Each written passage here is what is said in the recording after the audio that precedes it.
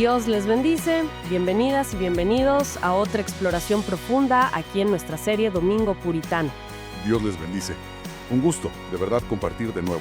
Hoy, nos vamos a sumergir en una obra que es realmente especial, un clásico, la joya rara del contentamiento cristiano. El autor es Jeremiah Burroughs. Y estamos hablando de alguien que vivió, que escribió en tiempos, muy agitados, ¿no? Inglaterra, siglo XVII, guerra civil, persecución, muy convulso todo. Ciertamente. Y creo que eso es clave, ¿sabes? Justo en medio de esa dificultad, de ese crisol, es donde los puritanos forjaron una fe muy práctica, muy pegada a la vida real. Totalmente. Enfrentaban peligros, pérdidas reales.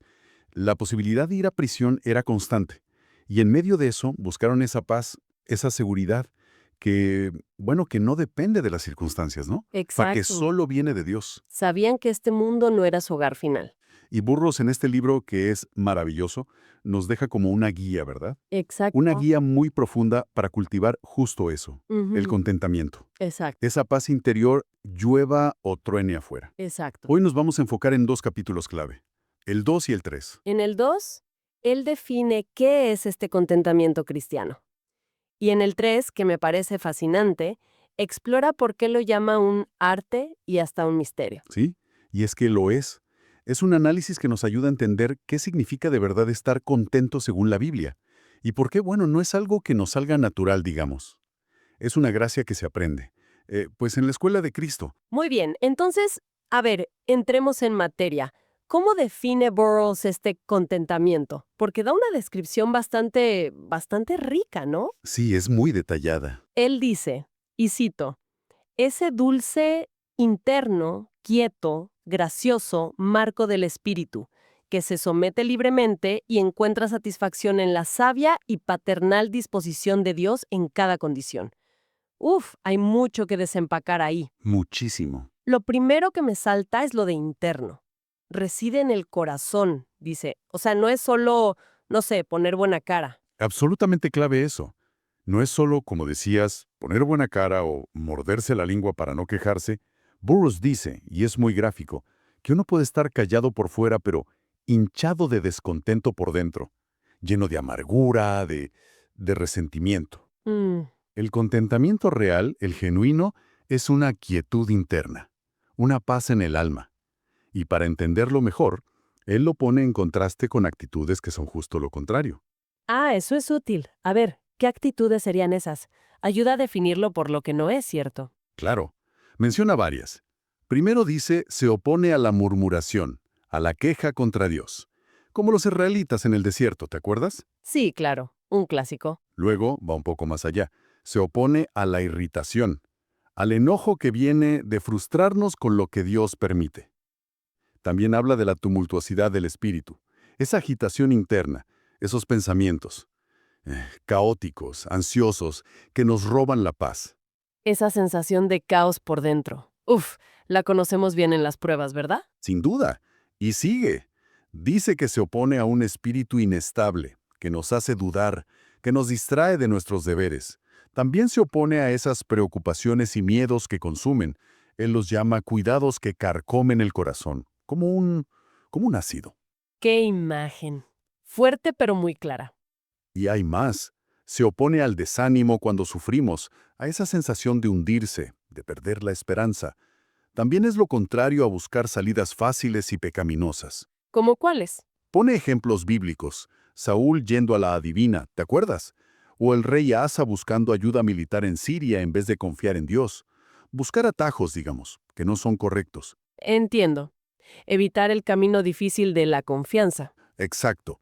Y finalmente, se opone a la rebelión ya abierta contra Dios, a ese punto de desesperación donde uno casi le reclama a Dios airadamente. Es un panorama muy completo de lo que no es el contentamiento. Burroughs también dice que es un marco del espíritu. ¿Qué quiere decir con marco? Como una estructura. Precisamente eso, un marco, una disposición que lo impregna todo. No es una emoción que va y viene, ni una virtud aislada. Es algo que da forma a toda el alma. A toda el alma.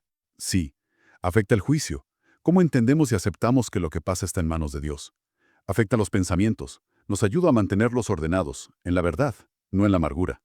Afecta la voluntad, que aprende a ceder, a someterse al plan de Dios.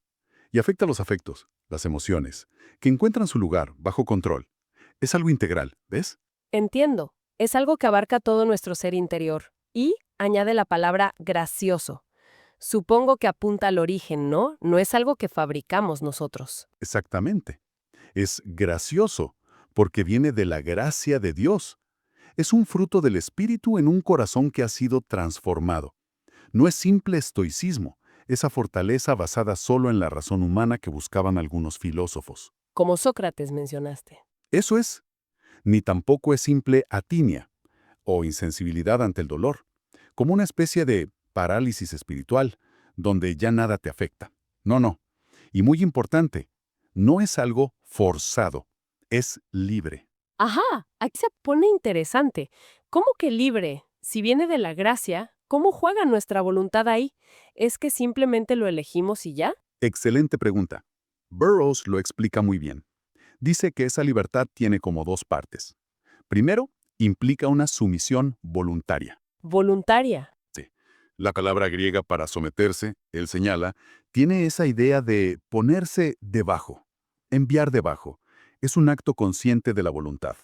Poner nuestros deseos, nuestros planes, bajo la voluntad de Dios, que es soberana y sabia. Pero no se queda ahí. Va más allá de solo resignarse. ¿Ah, sí? ¿Qué más hay? Implica también encontrar satisfacción en lo que Dios dispone. O sea, no es solo apretar los dientes y decir, bueno, acepto. Es llegar a poder ver activamente el bien en lo que Dios hace o permite, incluso en la aflicción. En la aflicción misma. Sí, pasar del Dios es justo al permitir esto, a decir, como el salmista, bueno me es haber sido afligido, porque confío en su sabiduría, en su amor de Padre. Es encontrar, como dice Burroughs, citando la Escritura, miel de la peña, dulzura en medio de lo duro. Eso es. Es muy profundo. Encontrar dulzura en la aflicción, no solo a pesar de ella. Y él dice que esto aplica a toda condición. Exacto. Insiste en eso. No es un contentamiento así, en general, abstracto.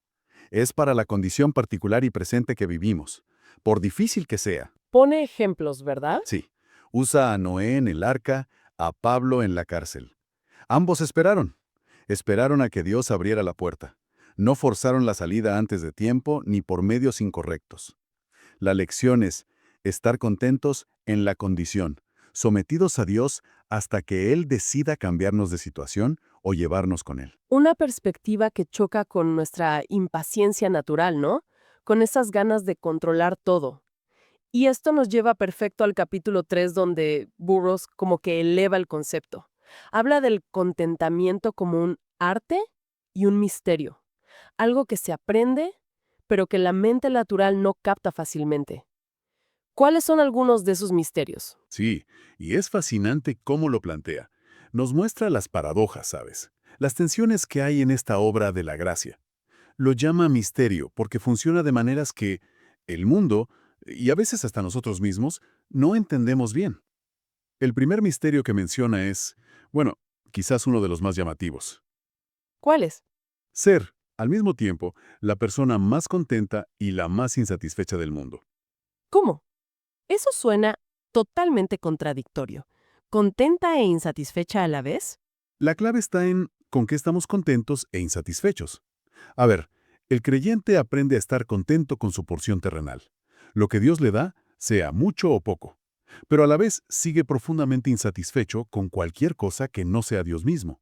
Ah, entiendo. Un corazón piadoso de verdad nunca se conforma del todo con los regalos, sino tiene al que da los regalos. ¿Entiendes? No le basta la paz de Dios. Anhela al Dios de la paz. Su satisfacción final, su deseo más hondo, está en Dios. Entiendo. La satisfacción última está en Dios, no solo en las bendiciones temporales. Es una distinción crucial. ¿Qué otro misterio menciona? Un segundo misterio, también fundamental. El arte del contentamiento no se centra en añadir cosas de afuera para sentirnos mejor. No. Entonces, Se centra en cultivar la gracia adentro. El enfoque no es intentar que nuestra situación externa suba hasta alcanzar nuestros deseos, que muchas veces son insaciables, sino en bajar nuestros deseos al nivel de nuestra condición actual. Es adaptar el corazón a la situación que Dios nos da, no al revés. Eso choca de frente con la mentalidad de hoy, ¿no? Que nos dice todo el tiempo que necesitamos más. Más cosas, más experiencias, más reconocimiento para ser felices. Burroughs le da la vuelta por completo. Totalmente. Es radical y conecta con un tercer y cuarto misterio que podríamos ver juntos: la capacidad de sacar ganancia de las aflicciones y el poder transformador de la gracia. Ganancia de las aflicciones. Sí, llega a decir, y es provocador, que la pobreza, espiritualmente hablando, puede ser el negocio más rentable. Él observa que, muchas veces, los creyentes salen espiritualmente más fuertes de la prueba, pero más débiles de la prosperidad. Interesante observación. Aunque hay excepciones, ¿no? Claro, él mismo menciona a Daniel, a Nehemías, pero la tendencia general, dice, es esa. La gracia tiene esa virtud misteriosa de convertir las pruebas, la oscuridad, lo amargo, en bendición, en luz, como Cristo convirtió el agua en vino. No quita la dificultad, pero la usa para nuestro bien. Es ver la mano de Dios obrando incluso en lo que parece malo. Y hay misterios relacionados más directamente con Cristo, con nuestra unión con Él. Sí, claro, el quinto y el sexto van por ahí. El quinto es la capacidad de sacar consuelo y fuerza de nuestra unión con Cristo y de meditar en sus sufrimientos. ¿Cómo funciona eso? El creyente aprende a actuar la fe, dice Burroughs, sobre lo que Cristo sufrió por nosotros. Su pobreza, el rechazo, el dolor. Saber que Él sufrió infinitamente más, y por nosotros, nos da perspectiva y fuerza para nuestras pruebas, que son menores. Sí, pone las cosas en perspectiva. Y el sexto misterio es recibir fuerza sobrenatural de Cristo para aguantar. No es solo nuestra propia fuerza de voluntad, es experimentar el poder de Cristo en nosotros. Cita Colosenses 1:11. Fortalecidos con todo poder, conforme a la potencia de su gloria, para toda paciencia y longanimidad con gozo. Es su poder en nuestra debilidad. Esa dependencia activa de Cristo, fundamental. Mencionaste antes lo de enfocarse en lo interno y no tanto en lo externo. ¿Hay algún otro misterio que refuerce eso? Sí, el séptimo vuelve a ese punto. Dice que la clave del contentamiento está en purgar los deseos desordenados, las amarguras internas, no solo en tratar de añadir consuelos externos. Purgar. Usa una analogía muy gráfica. Si alguien está enfermo por dentro, cualquier cosa que beba le sabrá amarga. El problema no es la bebida, es su estado interior. Claro. Y en nosotros, si el corazón está lleno de codicia, envidia, amargura, ninguna bendición de afuera nos dará contentamiento real. Necesitamos esa sanidad interior que solo la gracia puede hacer, purgar esos residuos de pecado como Él los llama. Una analogía directa, ¿eh? Sí, confrontadora. El problema está adentro. Y esto me suena que conecta con otros misterios que hablan de una suficiencia que viene de Dios, ¿no? Exactamente. Los misterios noveno y décimo van de eso, de la suficiencia divina e interna. El noveno es el misterio de vivir más en Dios que en uno mismo o en las criaturas. ¿Qué significa eso en la práctica? Que cuando el arroyo de los consuelos terrenales se seca, perdemos un trabajo, la salud falla, una relación se rompe, el creyente contento sabe ir a la fuente que no se agota, Dios mismo. Aprende a encontrar en Dios su todo en todo. Su todo en todo. Como dice Burroughs, el que viene a aquel que es dueño de todo, en cierto sentido, lo tiene todo. Compara a Jacob y Esaú. Ambos dijeron, tengo bastante. Pero Jacob lo decía desde la perspectiva de tener a Dios y su pacto. Esaú solo pensando en sus cosas materiales. Tener a Dios es tenerlo todo. ¿Qué perspectiva? Y eso nos lleva al décimo misterio, la satisfacción que brota desde uno mismo. Cita Proverbios 14:14. El hombre de bien estará contento de sí mismo. No habla de orgullo, sino de que el creyente tiene una fuente interna de contentamiento. Una fuente interna. El reino de Dios, dijo Jesús, está dentro. El cristiano contento tiene, por así decirlo, un banquete interior, una música interior, un honor interior que nadie le puede quitar. Su herencia está segura en su alma, en su relación con Dios por Cristo. Usa varias analogías. Es como estar contento en casa y no necesitar salir a buscar diversión, como un vaso lleno, como huesos con médula que no sienten el frío de afuera. Es una suficiencia espiritual interna. Una riqueza interior que nos hace menos dependientes de lo de afuera. Y por último, menciona el pacto de gracia. Así es, el 11º misterio. Sacar contentamiento del pacto de gracia. Este es como el fundamento último. Usa el ejemplo de David en 2 Samuel 23. A pesar de que su casa no andaba bien delante de Dios, David se consuela diciendo, Él ha hecho conmigo pacto perpetuo. El contentamiento del creyente se ancla ahí, en las promesas firmes, inquebrantables, de ese pacto eterno que Dios hizo con nosotros por la sangre de Cristo. Es saber que, pase lo que pase aquí, nuestra relación con Dios y nuestro futuro están seguros por su promesa. Ese pacto es la roca. Entonces, si intentamos como resumir todo esto, lo que Browse nos pinta es un contentamiento cristiano que es radicalmente distinto a la idea de felicidad que tiene el mundo, ¿no? Totalmente distinto. No depende para nada de lo que tenemos o de cómo nos van las cosas por fuera. Es una obra profunda, interna, fruto de la gracia, de una fe que se centra activamente en Dios, en quién es Él, soberano y bueno, en sus promesas fieles, en su pacto eterno en Cristo. Exactamente. Esa es la esencia.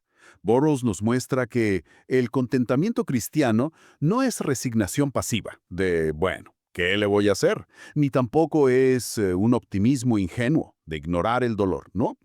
Es un arte espiritual, profundo, un misterio divino que se aprende. Bueno, paso a paso en la escuela de Cristo, con la ayuda del Espíritu Santo. Un arte que se aprende. Sí, implica reconocer una y otra vez la suficiencia total de Dios en toda circunstancia. Significa someter nuestra voluntad a la suya, pero no a la fuerza, sino con una libertad que nace de confiar en Él, en su sabiduría, en su amor. Y es encontrar satisfacción real, duradera, en cómo Él dispone las cosas, descansando en que Él está obrando todo para bien de los que le amamos. Más allá de lo inmediato, de lo que vemos, de las olas que nos golpean, a encontrar nuestra suficiencia real, nuestra seguridad, no en lo que juntamos, ni en lo que otros piensen, ni siquiera en que no haya problemas, sino en aquel que es nuestro todo en todo. Es, como dice el título, una joya rara, un tesoro escondido, a veces, en medio de las pruebas. Y quizás un pensamiento final que surge de todo esto para reflexionar es, bueno, vivimos rodeados de una cultura que nos empuja sin parar a buscar más afuera. Más cosas, más reconocimiento, más experiencias, más control. Sí, constantemente. Frente a esa presión, la pregunta que Burroughs nos deja flotando es, ¿cómo podemos nosotros, como creyentes, cultivar de forma activa, intencional, esa quietud interna, esa satisfacción que brota desde adentro, aprendiendo a encontrar el reino de Dios dentro nuestro, anclados en Cristo y su pacto, sin importar las tormentas que haya afuera? Una pregunta crucial y muy práctica para nuestros días. Que la paz de Dios, que sobrepasa todo entendimiento, guarde nuestros corazones y nuestros pensamientos en Cristo Jesús. Dios les bendice.